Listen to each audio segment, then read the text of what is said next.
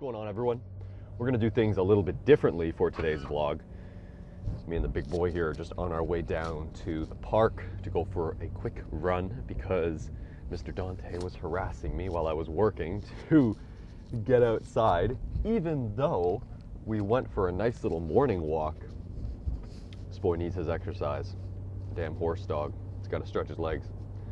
So in this video, I'm going to be showing you guys and gals a few little shots and clips from my training session of this weekend that just passed, which included some squats, not too heavy, and some deadlifts, not too heavy.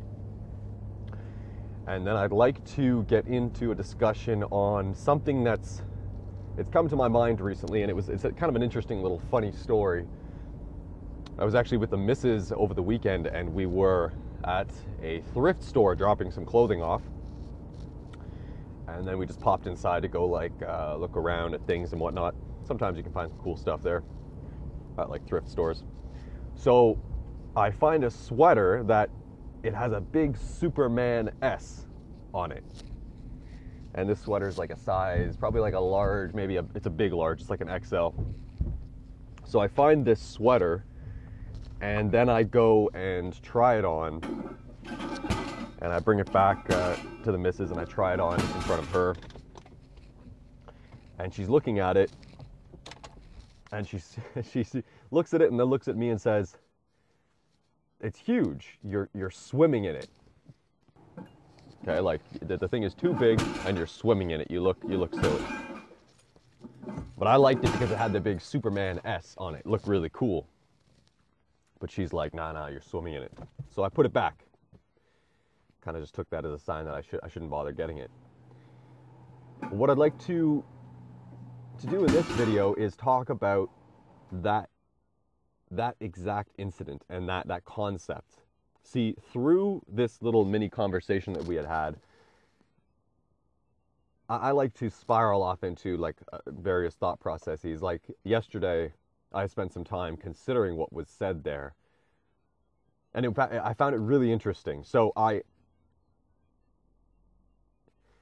can almost look at it from a metaphysical stance. So I went to get a sweater that had a large Superman S on it, and then I brought it back to the missus, showed her, and she said, "It's too large, you're swimming in it." So from this, I derived the notion of one who is swimming in the identity of the Superman. So I myself consider this as part of my own identity role or attachment with this identity of the Superman. I consider it myself because obviously I'm into lifting and I'm into strength and things like that. And even rewinding back a few months ago when I had a Skype call with Ram Dass, who's a spiritual teacher or a guru, some people would see him as that, and I was speaking to him and I was telling him of what I do in essence, and what I do is strength related, fitness related, to a great degree. That's what I train in, powerlifting, and to some minor degree Olympic lifting. And I had actually, and somewhat off topic, but somewhat related to what we're discussing here, I had gone to a little gathering in downtown Toronto last week. And at this gathering, the people were told to put on a sticker on themselves with their name and their superhero power. So my superhero power that I put my name, I think it was like your superhero name and your power. I just put my regular name because, whatever. So I put my name Adam and I put strength. And that's it. So I'm walking around this get together, this party. All these people have these different things on, and I'm walking up to people and they're looking at me. They're, "Oh, nice to meet you, Adam. Strength, I see." So people would inquire, "What does that mean?" And I would say, I train in fitness and I do strength training and things like that. But you see, this is also tied up and wrapped up in that identification with the Superman, the identity of the Superman. So when I spoke to Ram Dass and I had that call with him, and I was speaking about strength and this and that, and when I consider strength as a whole and my involvement in strength training and being strong and and the identification of this egoic identity, Superman identity, I find that there's a lot of attachment to it. Now, being or swimming in the identity of the Superman means that I am too caught up with the notion of being strong. And I see that reflected in my day-to-day endeavors and whatnot. It's not as if I don't hold extreme attachment in the sense where I believe that that entirely makes up all that I am. But I do think that it represents a good portion of what I am and what I do here on Earth in this physical form. But now, strength in itself is this fleeting thing. So to be swimming in the identity of the Superman is foolish, because you can't hold that position forever. You can't be the Superman forever. For instance, I'll grow older, I'll slowly decay, I'll, obviously die.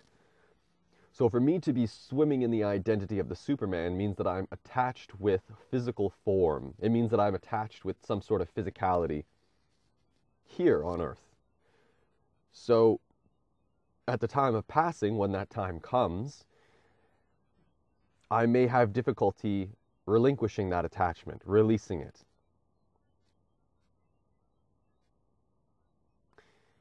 And it was a really interesting Buddhist story. It goes that there was this Buddhist monk who was training at a temple for many, many years. Let's just say 10, 15 years he was training there. And he was quite old. You can even go longer, maybe 20 years, almost half his life. And, he was reaching towards the end of his life, let's say. Now, he walked off into a forest because he knew the time was coming where he was about to pass, and he wanted to do so naturally, with the natural order of things, with nature. So he walked off into the forest, and he laid down near a tree, and he was taking his last breaths. And just as he was exhaling his last breath on this earth, a deer walked by in the distance and caught the monk's attention. And the monk had a feeling of longing and sorrow and attachment for the beauties of the deer and the beauties of this world and of its and being and existing within this world, the existence, period. So because this monk had these feelings of attachment in these final seconds before passing, he was then rebirthed 10,000 more times, 10,000 more lives, simply because he had this karma in which he needed to still clear out this form of this attachment with the realm of the senses, with his perceptions. So for me to have an attachment with the Superman is to be much like that monk staring at the deer in the distance. If I was to die here and I have too much attachment, forget even dying, if I just start to get ill, sick, weak, and I have too much attachment with the identity of the Superman, then there is only suffering waiting for me. So it was a really cool thing to just be out and about shopping, and then I try on this sweater, the missus says you're swimming in it, and all of a sudden I just went off in terms of my thoughts and analysis. And this is what I've concluded, is that I need to work on losing the attachment to the physical form and losing the attachment to the identity of the Superman.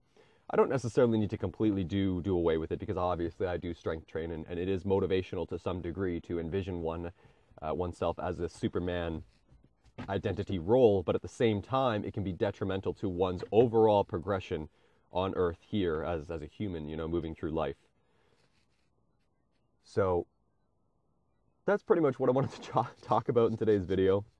I wanted to share with you a story. I wanted to show you some of my training.